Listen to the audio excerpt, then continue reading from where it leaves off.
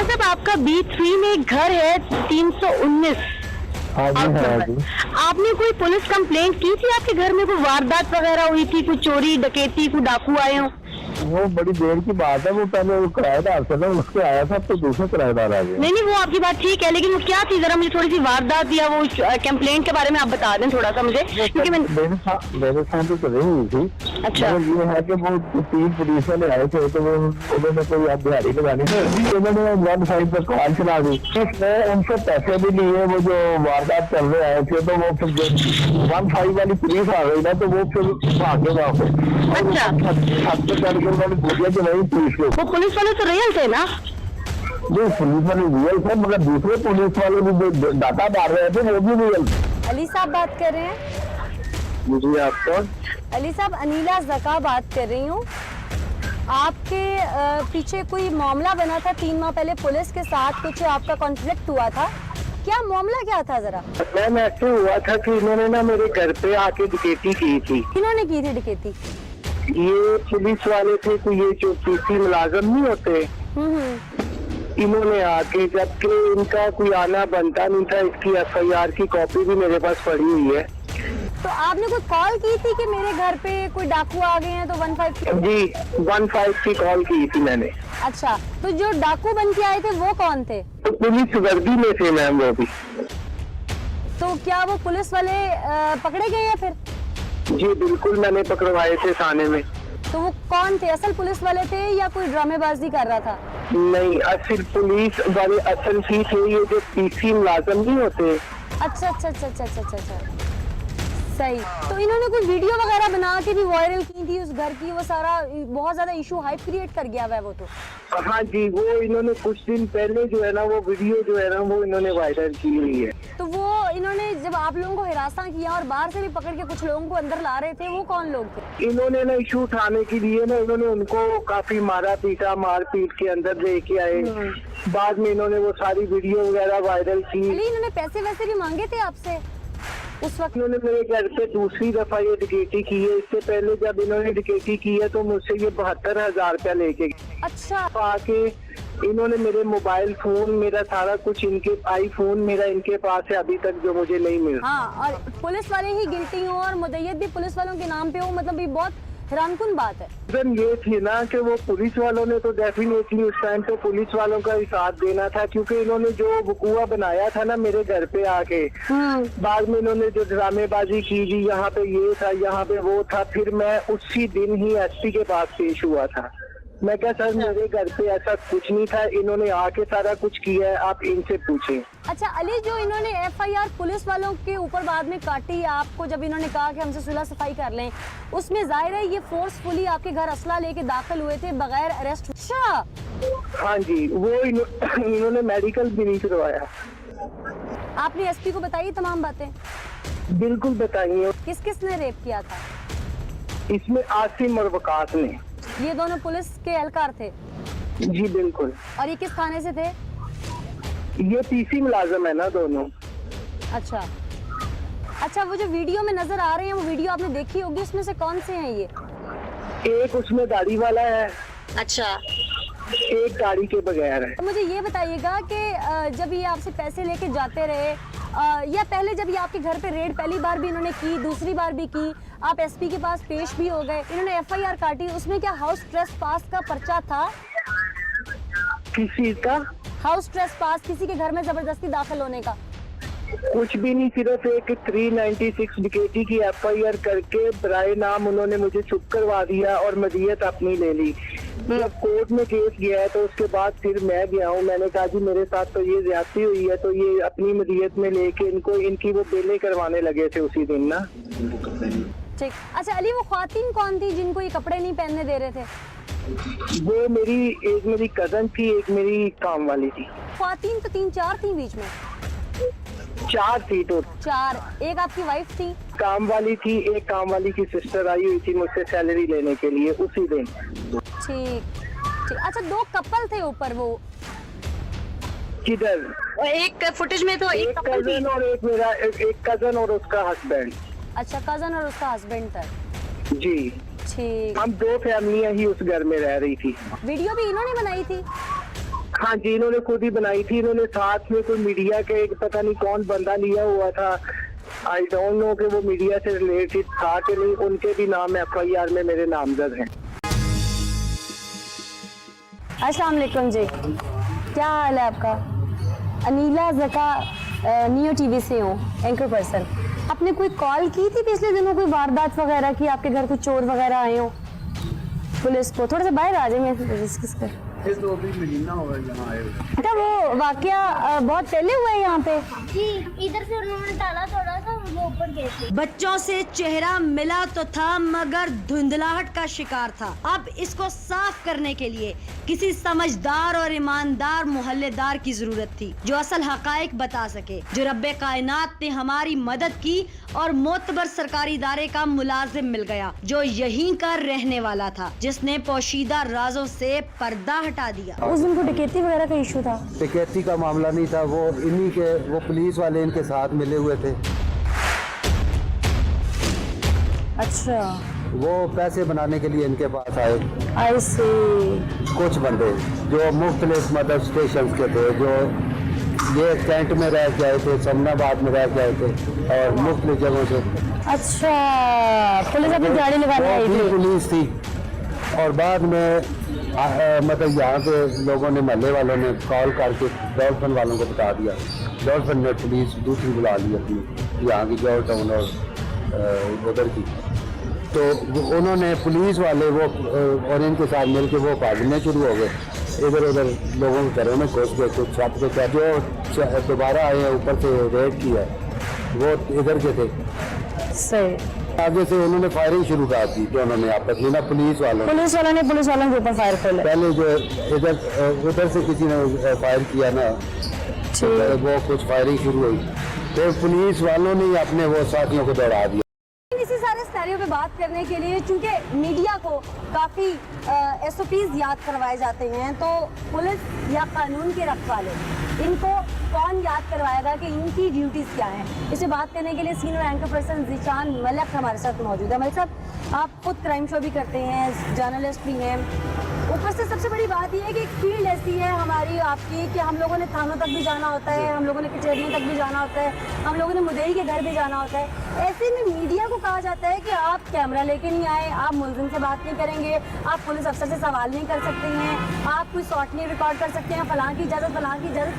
हमें इतना रिस्ट्रिक्ट कर दिया जाता है, तो इनकी जो नेग्लिजेंसीज होती हैं, क्या उसको छुपाने के लिए ये सब किया जाता है? असल में इस तरह वो मंथली मारी जाएगी, इस तरह वो जो डील होनी है वो मारी जाएगी। आप भी जानते हैं कि अक्सर ऐसे केसेस जिसमें मुरस्सा बेचारे मिन्नतें करके जूतियां चटखा के थक जाते, उनकी FIR तक दर्ज नहीं होती थी। जब कोई मीडिया का नुमाइंदा पहुंचता था, हम आप या कोई और हमारे भाई, हमारे जो पेटी भाई हैं, तो FIR दर्ज की जाती थी और फिर केस की पैरवी भी होती थी। वो सब चीज़ें अब खत्म हो जाएंगी। गरीब बेचारा उसी तरह बेयारो मददगार होगा, उसकी कोई सुनेगा नहीं।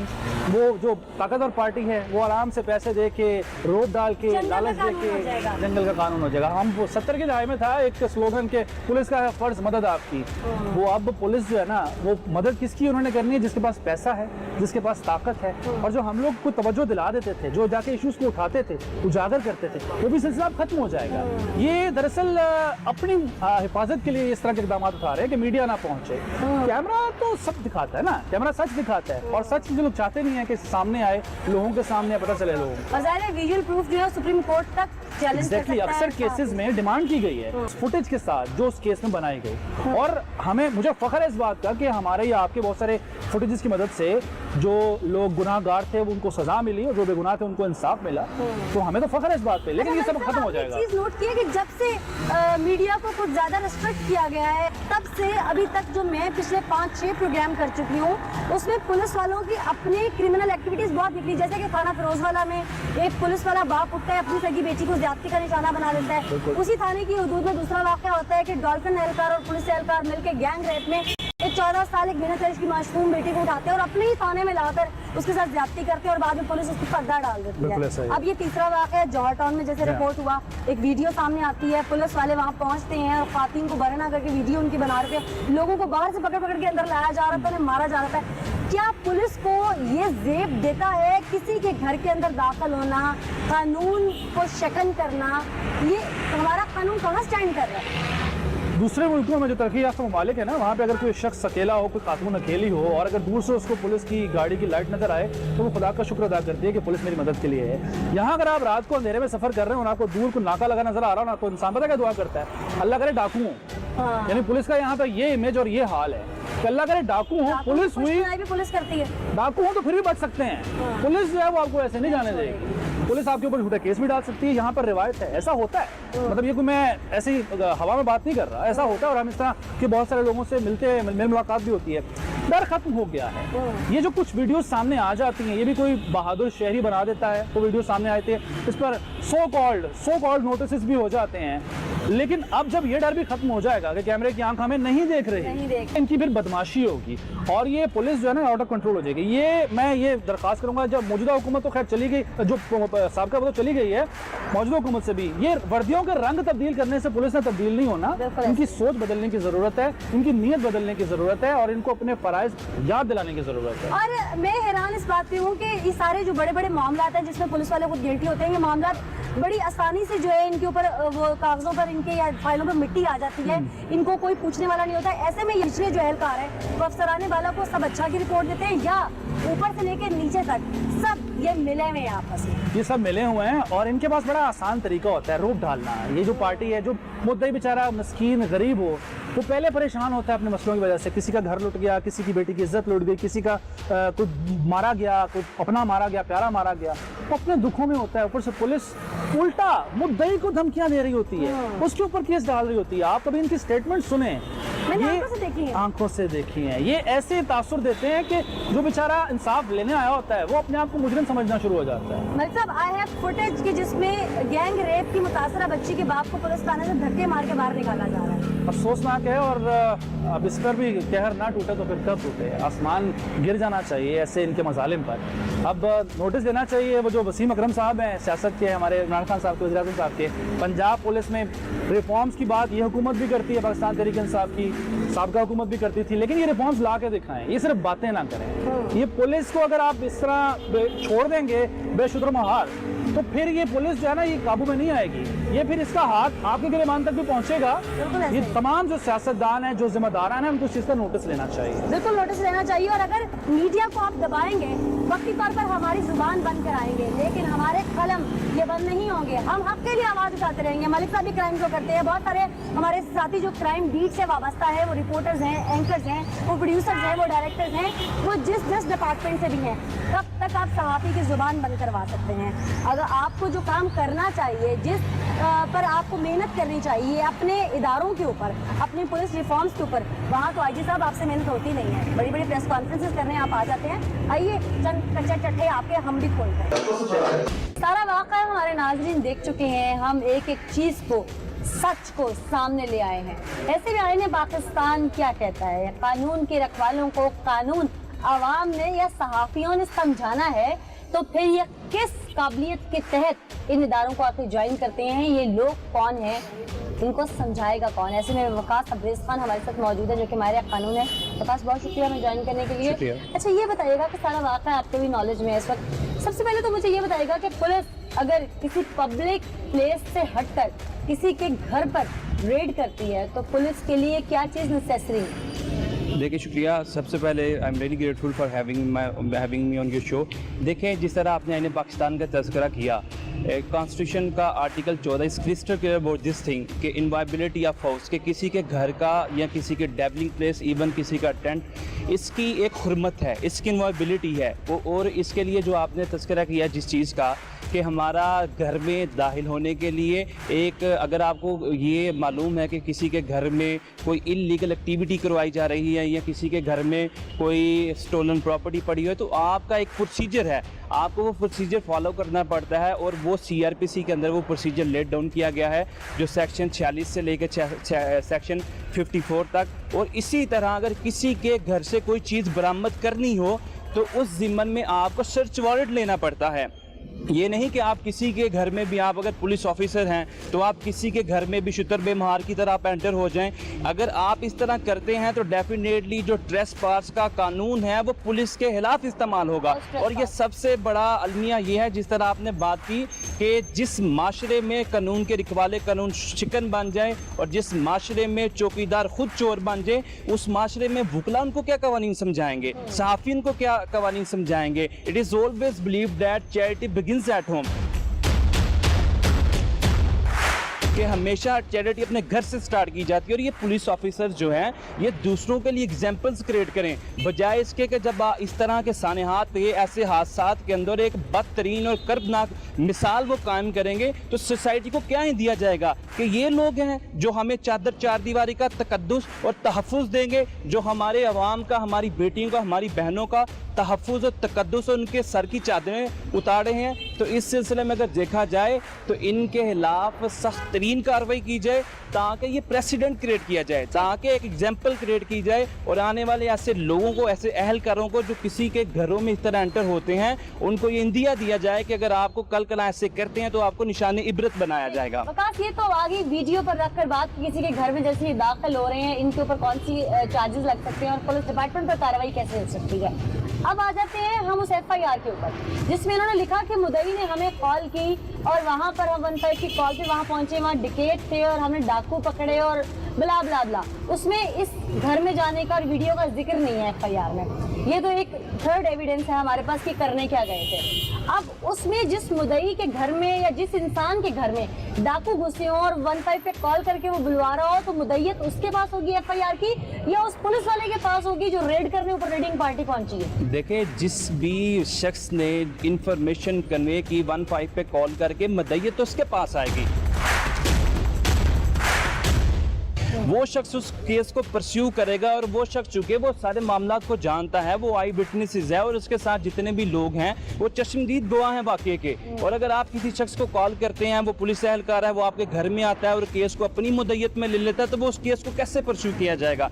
इसमें होता यह है कि हमारे पुलिस डिपार्टमेंट के अंदर जो हमारे निचली सतह के एहलकार हैं और कांस्टेबल खासतौर पर और ये इन्वेस्टिगेटिंग ऑफिसर हैं, वो इस केस को मैनिपुलेट करते हैं, वो इस केस को प्लांट करते हैं और फिर वो शहादतें और जो जितने भी विटनेसेस हैं वो अपनी मर्जी के क्रिएट करते हैं, ताकि कल को जब ये केस अदालत में छुपाते हैं, ताकि कल को अदालत में जब ये प्रोसिक्यूशन के तौर पे एक अपनी इन्वेस्टिगेशन करेंगे, इंटेरोगेशन करेंगे और अपना चालान बना के पुलिस रिपोर्ट को अदालत में सबमिट करेंगे, फिर उसके बाद जब एक प्राइवेट विटनेसेस होंगे और एक इनका इंडिपेंडेंट मुद्दई होगा कंप्लेनर, तो उसकी एक अलग वर्थ होगी। लेकिन जब ये मुकदमा अपनी मुद्दईयत में दर्ज करेंगे, डेफिनेटली इस मुकदमे पे फिर एक सवालिया निशान बन जाएगा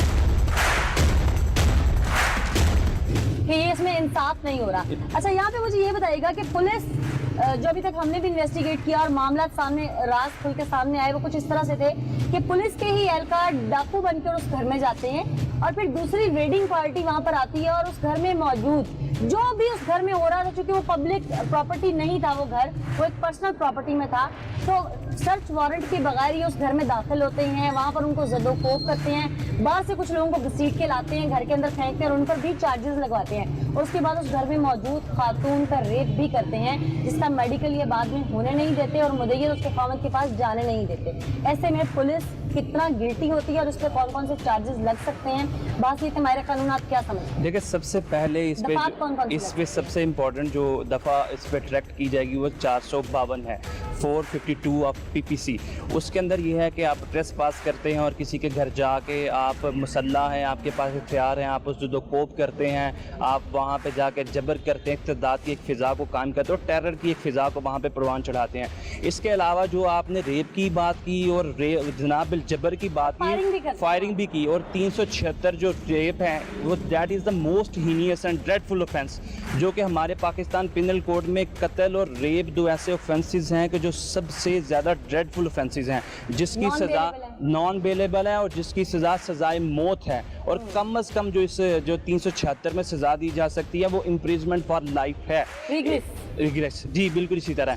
और ये जो मोस्ट इम्पॉर्टेंट यहाँ पे रेलिवेंट प्रोविजन जो पाकिस्तान पिनल कोड के उसके अंदर 452 है और इसके साथ 376 ऑफ पाकिस्तान पिनल कोड ये अट्रैक्ट करते हैं। और मैं ये समझता हूँ कि जो आपने बात की अगर तो इन्होंने उसका मेडिकल नहीं होने दिया तो इसके ऊपर अपेक्स कोर्ट की और सुप्रीम कोर्ट की सेवरल जजमेंट्स आ चुकी हैं कि अगर 48 आवर्स के अंदर उसका MLR नहीं लिया जाता तो फिर केस के अंदर जो जस्टिस है वो डिफीट होता नजर आएगा। और मुद्दई अभी ये केस अपनी मुद्दईयत में कैसे ले सकता है ये भी थोड़ा सा बता दीजिए। इसमें यह है कि जब एक केस जो है वो पुलिस की मुद्दईयत में आ चुका है तो ये बड़ा एक डिफ़िकल्ट तरीकाकार अपनाया जाता है, क्योंकि अगर कल को वो केस एक प्राइवेट कंप्लेनेंट के पास आ जाता है तो फिर वुकला जो है दूसरी तरफ से अक्यूज के जो वुकला हैं वो फिर वो डेंट्स डाउट्स और सस्पेक्ट्स बहुत ज़्यादा क्रिएट कर लेते हैं और अल्टीमेटली उन डेंट्स का और डाउट्स का जो बेनिफिट मिलता है they always bestow to accused person, वो हमेशा एक मुलजिम को मिलता है। तो अभी जो इन्होंने केस फ्रेम किया है मैं ये समझता हूँ कि एक नए सिरे से भी वो इंडिपेंडेंटली इसको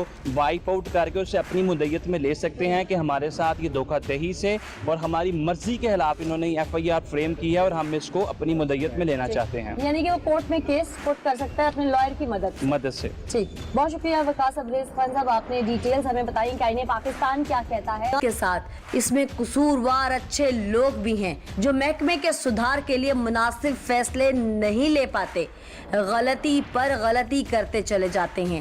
ये इस घर में अटैक करते हैं, वहाँ से चीजें बटोरते हैं, उसके बाद जनाब जबर करते हैं और निकल जाते हैं और उसके बाद अपने ही पेटी भाई को मुद्दईयत दे जाते हैं। अगर आप वाकई इंसाफ करना चाहते हैं तो IG पंजाब साहब आपसे भी मैं मुतालिबा करती हूँ कि जो असल मुद्दई है इस केस का उसको मुद्दईयत दी जाए। अगर इंसाफ नहीं करना चाहते आप इसी तरह पुलिस की वर्दी में छुपे फिरौनों को पुष्ट पनाही इसी तरह उनकी करना चाहते हैं तो फिर कभी दूध का दूध और पानी का पानी नहीं होगा, कभी इंसाफ नहीं होगा।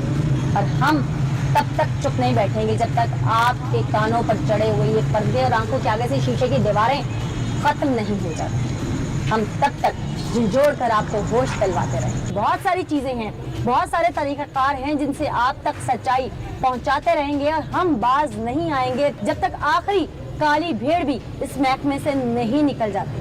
खुदारा अब तो पुलिस डिपार्टमेंट को होश के नाखून ले लेने चाहिए। आज के एपिसोड से मुझे अनिला ज़का को इजाजत दीजिए, अगले एपिसोड में दोबारा हाजिर होंगे, तब तक के लिए अल्लाह ने के बाद।